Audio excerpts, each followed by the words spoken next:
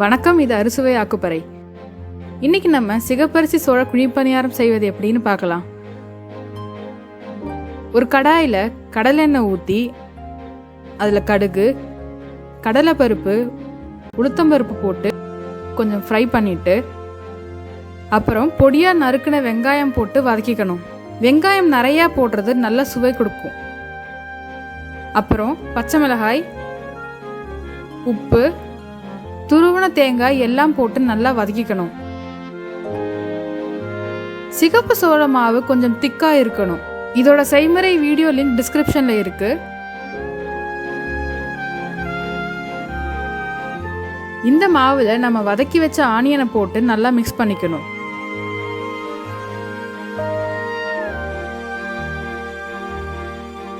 மாவு கெட்டியாகிற மாதிரி இருந்தா தண்ணி ஊற்றி கலக்கிக்கோங்க.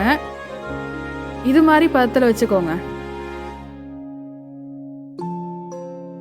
அப்புறம் ஒரு இரும்பு குழிப்பணியார கல்லில் எண்ணெயை தடவி அதில் பணியாரத்தை சுட வேண்டியதான். இந்த சிகப்பு சோளத்தில் நிறைய பெனிஃபிட்ஸ் இருக்கு. அது அரிசி மாவு மாதிரி சுவையா இருக்காது, ஆனா இதில் நிறைய ஃபைபர் கண்டென்ட் இருக்கு.